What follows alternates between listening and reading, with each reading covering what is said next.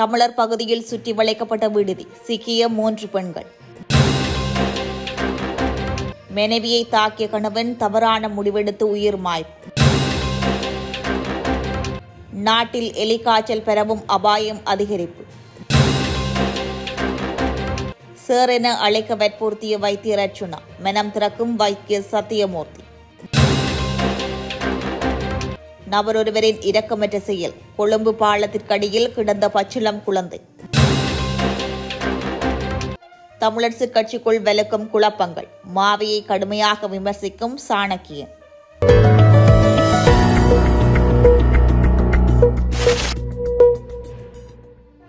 வவுனியாவில் தவறான தொழிலில் ஈடுபட்ட 3 பெண்கள் கைது செய்யப்பட்டுள்ளதாக தெரிவிக்கப்பட்டுள்ளது.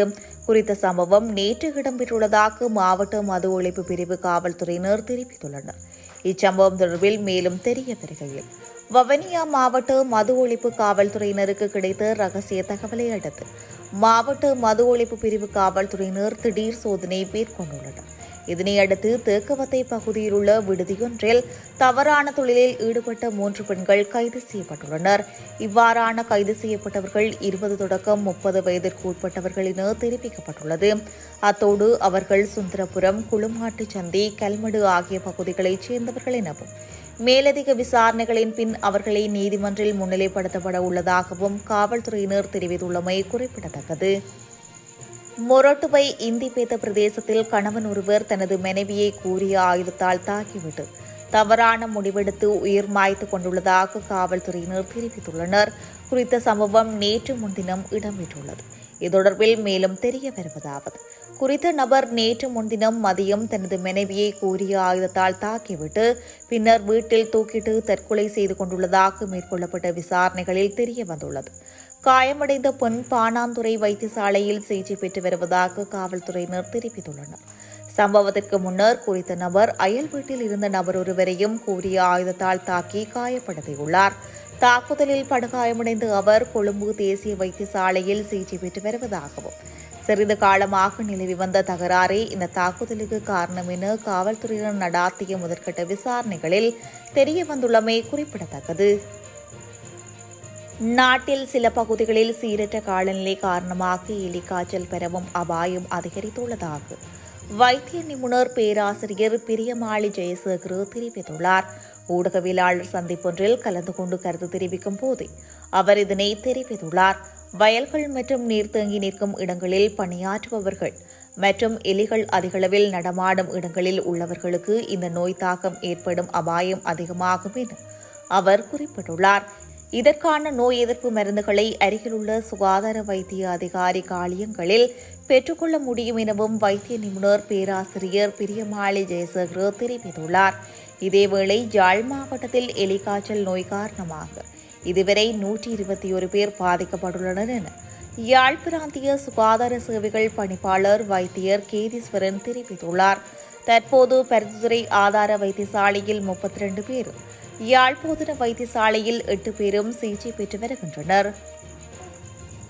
யாழ் போதனா வைத்தியசாலைக்குள் அனுமதியின்றி பிரவேசித்து தமது கடமைகளுக்கு இடையூறு விளைவித்ததுடன் தம்மை அச்சுறுத்தியதாகவும் நாடாளுமன்ற உறுப்பினர் ராமநாதன் அர்ச்சுனாவுக்கு எதிராக வைத்தியர் சத்தியமூர்த்தியினால் பகிரங்க குற்றச்சாட்டு ஒன்று முன்வைக்கப்பட்டுள்ளது.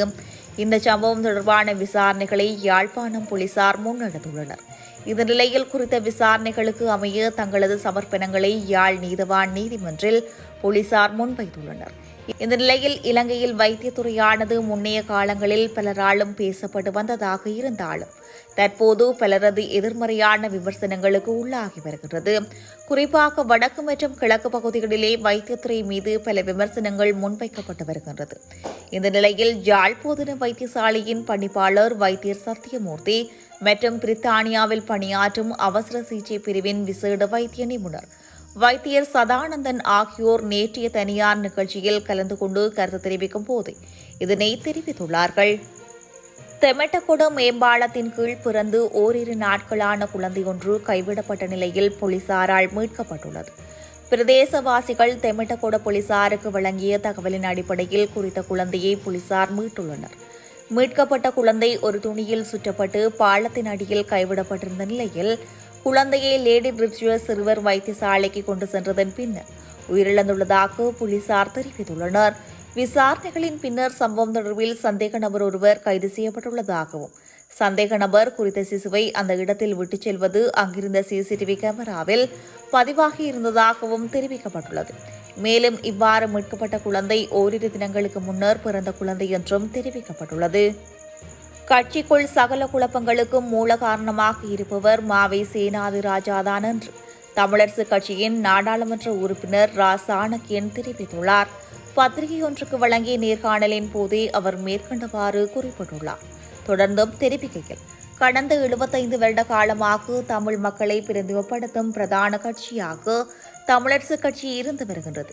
குறிப்பாக இம்முறை தனித்து போட்டியிட்ட தமிழரசுக் கட்சி நாடாளுமன்றத்தில் 8 ஆசனங்களை கைப்பற்றியுள்ளது. ஆகவே தமிழரசுக் கட்சியே பிரதான கட்சிதான். பிரதான கட்சி என்ற அங்கீகாரத்தை மீண்டும் ஒருமுறை தமிழ் மக்கள் எமது கட்சிக்கு வழங்கியிருக்கிறார்கள். ஆனால் தமிழரசுக் கட்சிக்குள் நிலவும் தற்போதைய குழப்பங்களை விட்டுக் கொடுப்புகளின் ஊடாக சீரமைக்கக்கூடிய காலம் கடந்துவிட்டது. ஏனெனில் கட்சிக்குள் குழப்பங்கள் நீதிமன்றம் வரை சென்றுவிட்டது. தலைவர் தெரிவு செய்வு இடம்பெற்ற போது நீங்கள் கட்சியின் ஜாப்பை மீறி செயல்படுகின்றீர்கள். எதிர்வரும் காலத்தில் இதன் பின்விளைவுகளை சந்திக்க வேண்டி ஏற்படும் என நான் மாவை சேனாதிராஜாவிடம் பகிரங்கமாக தெரிவித்துள்ளேன். அதனைத் தொடர்ந்து செயலாளர் தெரிவு விடயத்திலும் குழப்பங்கள் ஏற்பட்டன. முன்னாள் தலைவர் மாவை சேனாதிராஜா அவராகவே மாநாட்டை ஒத்திவைப்பதாக தெரிவித்துள்ளார். ஆனால் திட்டமிட்டது போன்று மாநாடு நடைபெற்றிருந்தால் இந்த குழப்பங்கள் எவையும் நேர்ந்திருக்காது. இப்போது மாவை சேனாதிராஜாதான் பதவி விலகவில்லை என மீண்டும் நீதிமன்றத்தை நாடியிருக்கின்றார். ஜனாதிபதி தேர்தலின் போது மாவை சேனாதிராஜா காலையில் ஐக்கிய மக்கள் சக்தியின் வேட்பாளர் சஜித் பிரேமதாசாவை ஆதரிப்பதாக தான் தயாரித்த அறிக்கையை வாசித்தார். பின்னர் மாலையில் கிளிநொச்சியில் தமிழ் பொது வேட்பாளருக்கு ஆதரவாக மேடையேறினார். இரவு ரணில் விக்ரமசிங்க மாவையின் இல்லத்திற்கு வருகின்றார். தேர்தலின் பின்னர்தான் சஜித் ரணில் மற்றும் பொது வேட்பாளர்களுக்கு வாக்களித்ததாக ஊடகங்களிடம் தெரிவித்தார். மாவை சேனாதிராஜாவின் மகனின் மனைவியின் தாய் சசிகலா ரவிராஜ் பொது தேர்தலில் சங்கு சின்னத்தில் போட்டியிடுகின்றார். பொது தேர்தலுக்கு முன்பாக மாவை சேனாதிராஜா கட்சித் தலைவர் பதவியிலிருந்து விலகுவதாக அறிவித்திருக்கின்றார். ஆக இங்கே விட்டுக் கொடுப்பு என்பதை தாண்டி சகல குழப்பங்களுக்கும் மூல காரணமாக இருப்பவர் மாவை சேனாதிராஜாதான். சிலர் மாவை சேனாதிராஜா கடந்த பாதையும் அவரது அர்ப்பணிப்பும் சாணக்கியனுக்கு தெரியாது என்று கூறுகின்றார்கள். ஆனால் அது பற்றி எமக்கு நன்றாக தெரியும் என்பதுடன் அதனை நாம் குறைத்து மதிப்பிடவும் இல்லை. இருப்பினும் தற்போதைய சூழ்நிலையில் அவர் கட்சியை முறையாக வழிநடத்த முடியாத நிலைக்கு வந்திருக்கின்றார். எனவே இங்கு விட்டுக் கொடுப்புகளுக்கு அப்பால் கட்சி என்ற ரீதியில் சரியானதொரு தீர்மானத்தை எடுக்க வேண்டும். மாவை சேனாதிராஜா பதவி விலகி இருக்கின்றார். அந்த பதவி விலகல் கடிதத்தை செயலாளர் ஏற்றிருக்கின்றார் எனில் அடுத்த கட்ட வேலைகளை பார்க்க வேண்டும். அதனை விடுத்து மீண்டும் நான் பதவி விலகவில்லை, கடிதத்தை திரும்ப பெறுகின்றேன் என்றால் என்ன செய்ய முடியும் என சாணக்கியன் குறிப்பிட்டுள்ளார்.